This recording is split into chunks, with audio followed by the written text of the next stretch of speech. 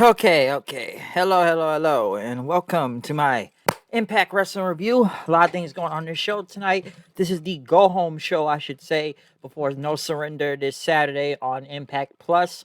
And I should say it's a pretty stacked card leading to this No Surrender thing and whatnot.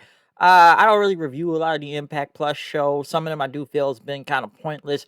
Given that I know it's been empty arenas most of the time, I think they focus more on the talent for these type of shows. Because before, I felt like every city they went to or whatever they went to, like they were just part of somebody else's promotion to do these Impact Plus shows. But this time, excuse me, there's at least some actual build. I think they've only built this up for like 2 weeks, but at least there is some sort of build to this show and whatnot, and just focus more on the actual talent.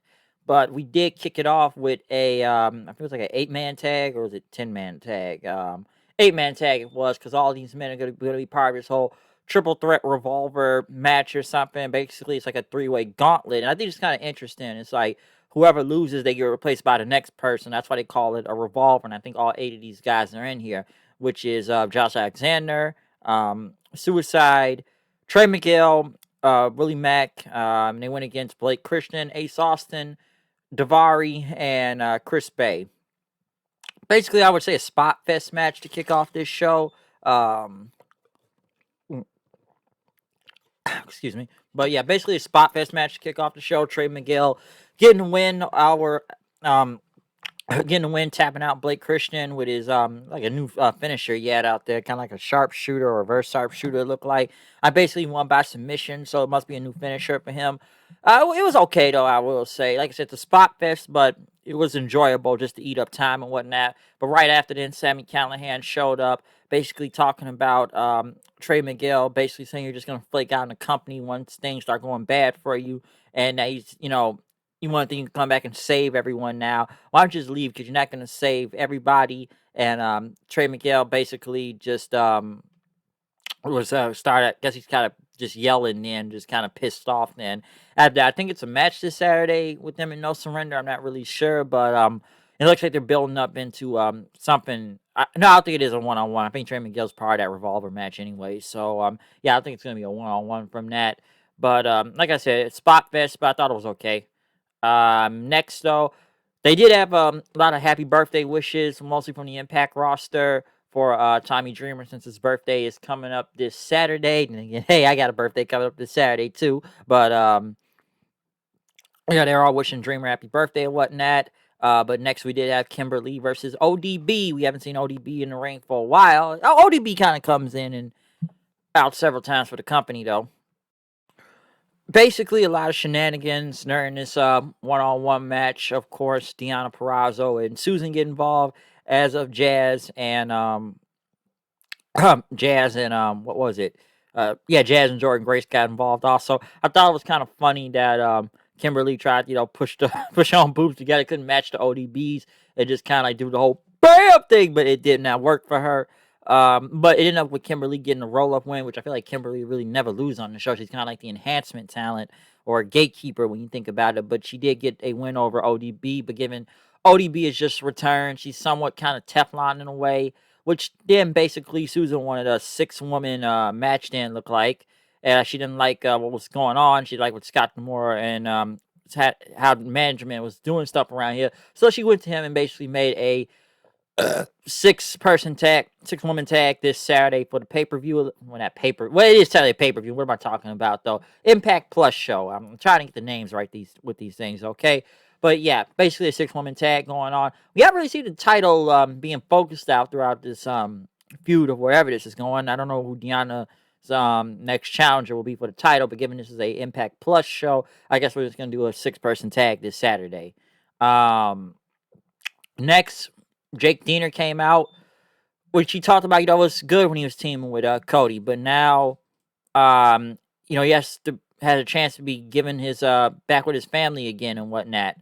But before he could say anything else, Eric Young and crew came out, Violent by Design, as he basically told Jake, you need to understand, you can have the right answer. Like, you just need to open your eyes, see the truth. You could be the real Jake, as Eric Young told him, you could be the best version of yourself. You could take back your life, and you can make a choice right now, which Jake Nina threw his jacket away as Eric Young handed him a towel. Jake Nina said, if you don't stand for something, you'll fall for anything, and he stands for something. Jake something, which he attacked violent by design, but they end up getting the upper hand on him, taking a chair, wrapping it around his neck, and before they could stomp on it, Cody had stopped Cody. Well, yeah, just Cody now they're calling them, or just Diener, I should say. He stopped them, and Eric Young says, "You want to take this by yourself? Okay, because it's a family issue. You will go against him at no surrender, and we can end this sickness for good."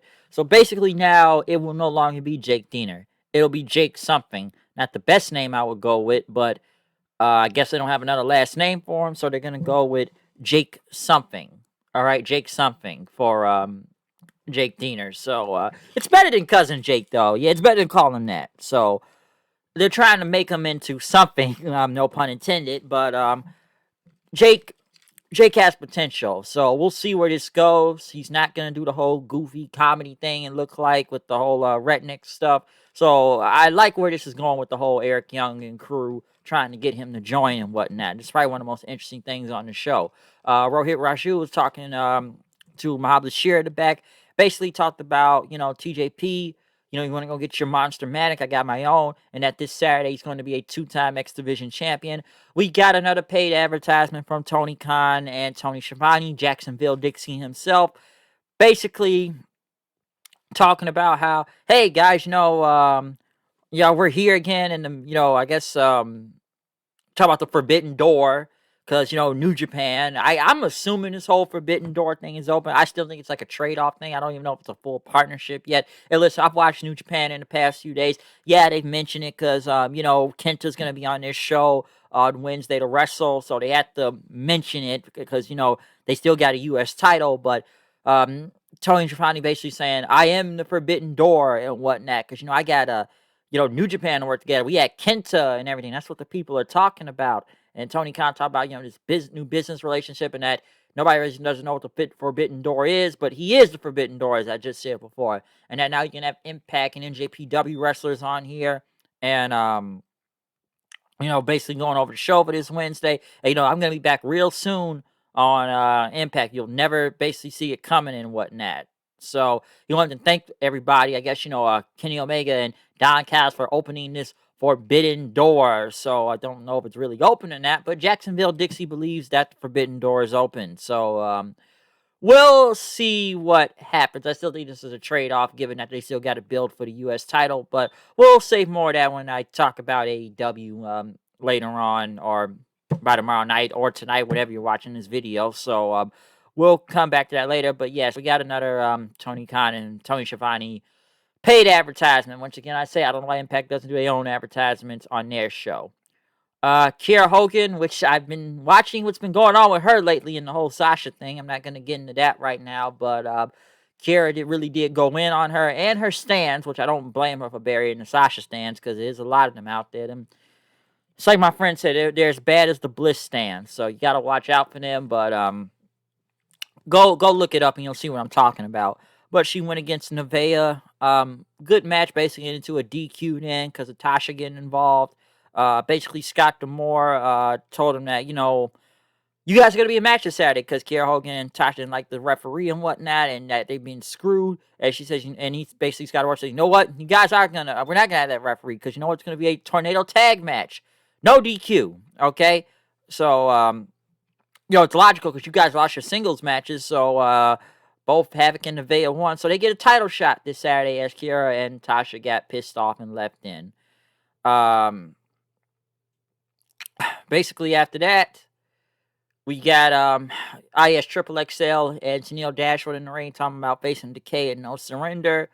And now, we got somebody to get at Rosemary because Triple XL won't attack a woman. Tennille basically said she compared Decay to Tooth Decay because we're going to challenge, Tooth Decay. I don't know. It sounded bad. That's something Britt Baker would say. That'd be a dentist joke, to be honest. So, I don't know. Tennille, not really that good on the mic, right? But Crazy Steve and Rosemary came out basically saying they have a third person for their team, which they summoned this dark creature or whatnot, which was Black Taurus, or I think I've seen him before, AAA wrestler, or his yeah, was it? Yeah, it was Black Taurus. I've seen him before. Basically, he's gonna be an honorary member of the K. I don't know if this is permanent or whatnot, but he had all black on and everything, basically making quick work of Caleb Conley. So I don't know if he'll be here for good, but obviously they need somebody. They don't have Abyss anymore, so I was wondering who Decay was going to get, as Rosemary said. So I don't know how long he'll be for here, but I think he'll just be here till No Surrender, I'm gonna assume. Um, Brian Myers paid Hernandez basically, hey, you get half the money up front and then half the money when we do the tag match and we win, okay? Followed by looking at the cash, so you already know what that means. I'm sick of this whole walking around money and nobody puts in a deposit.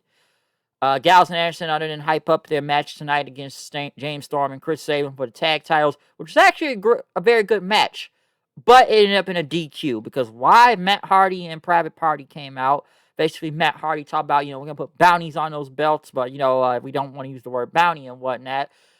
Scott D'Amore basically told Matt, you're doing a great job as manager, but Private Party is crossing the line, and Hardy said, you can't yell at these guys. You guys are just like children. They're children, okay? But Scott D'Amore says, listen, you guys interfere. So now No Surrender, it's going to be a triple threat tag title match. I don't know why they need to do that, but I don't know. They could have had Sabin and Storm lose here. I don't know if they really could have. So, but now they want to make a triple threat tag. So, Private Party, the Good Brothers, and Chris Sabin and James Storm this Saturday, as basically Matt Hardy started to blame them. And then, Isaiah Cassidy said, I'm appalled by all this. So, big money Matt.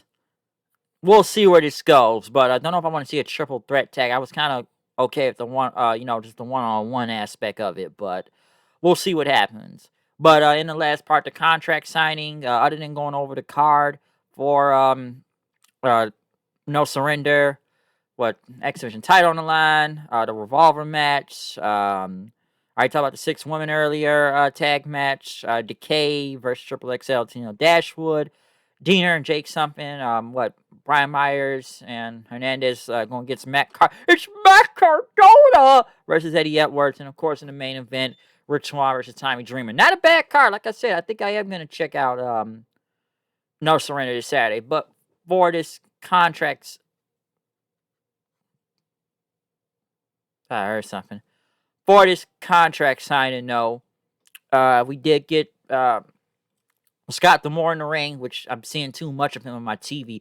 Way too much of him on my TV tonight. I know he has a purpose, but too much of him, no. Basically, Tommy Dreamer and Rich Swan were out there to sign the contract. Scott D'Amore, of course, wishing Tommy Dreamer happy birthday and everything. Dreamer, he thanks Swan, and, he's grateful at everything that, there's a lot of guys in the back that are more deserving than he is for this title shot, but, he sees the opportunity, and you talk about he's defeated, the best man of his wedding, Taz, which he beat him for the ECW world title back then, and talk about he beat Christian for his second world title. Well, ECW will. At that time, it was like, what they called it, WWE ECW. That's what they called it. So I wouldn't really call it ECW all the way at that point, but he was champion in like 09, if I think I remember, during that time.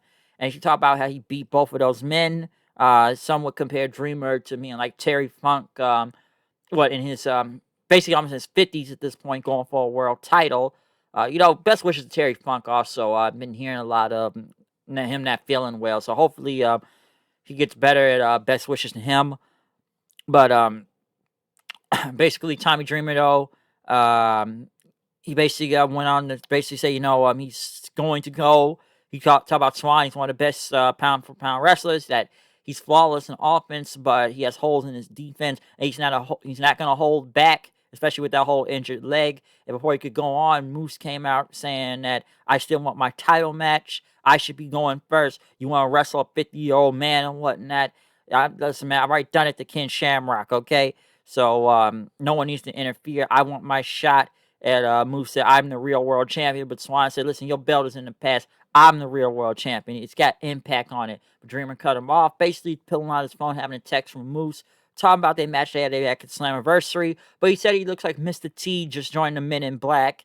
And, they were going to fire on you if somebody didn't light a fire under you and whatnot. But Dreamer went on to basically say he doesn't wrestle for money anymore. It's for all the guys and girls in the back, basically for the fans and whatnot. And in his lungs and everything, the little dreamers he calls them and whatnot. He's going to do what he can as long as he can continue to wrestle and whatnot. And at the world title, well, get him to a bigger platform and whatnot. And basically, he says Rich friend, and we're gonna tear the house down and show the entire world what professional wrestling and love professional wrestling is all about. Basically, closing on that promo. So solid segment, I say, very good promo by Tommy Dreamer. Listen, I don't think anybody believes he's gonna win the whole world title this Saturday. Listen, I didn't really want to see this match in general. Don't get me wrong, at least they tried to build it up into something, so I'm not mad at that. I just don't really want to see Tommy Dreamer versus Rich Swan. I didn't think it made any sense. Okay, we're giving him a title shot because it's his birthday. It doesn't make sense. Hey, my birthday's Saturday too. Why do I get a title shot? Chris Bay, he's got we all share the same birthday that day, but at least they have built it up into something. So at least it's enjoyable, but I don't think Tommy Dreamer has no chance of winning this belt this Saturday, okay? But other than that, though, I am going to check out No Surrender if I get the chance. Hope I'll probably be doing something. I'll probably not even do a review Saturday. Like I said, birthday, so I don't think I want to do that. We'll see what happens. But other than that, that is my review of Impact. Solid show, I should say. Good go home. I know a lot of people don't care about the Impact Plus shows, but I feel like at least they've tried to build this into something. So I thought it was good, but other than that, I will be back for a NXT and AEW review by tonight or tomorrow night or whenever you're watching this video. That's when I'll be back on to do another review. So other than that, I'm out of here. See you guys later. Peace.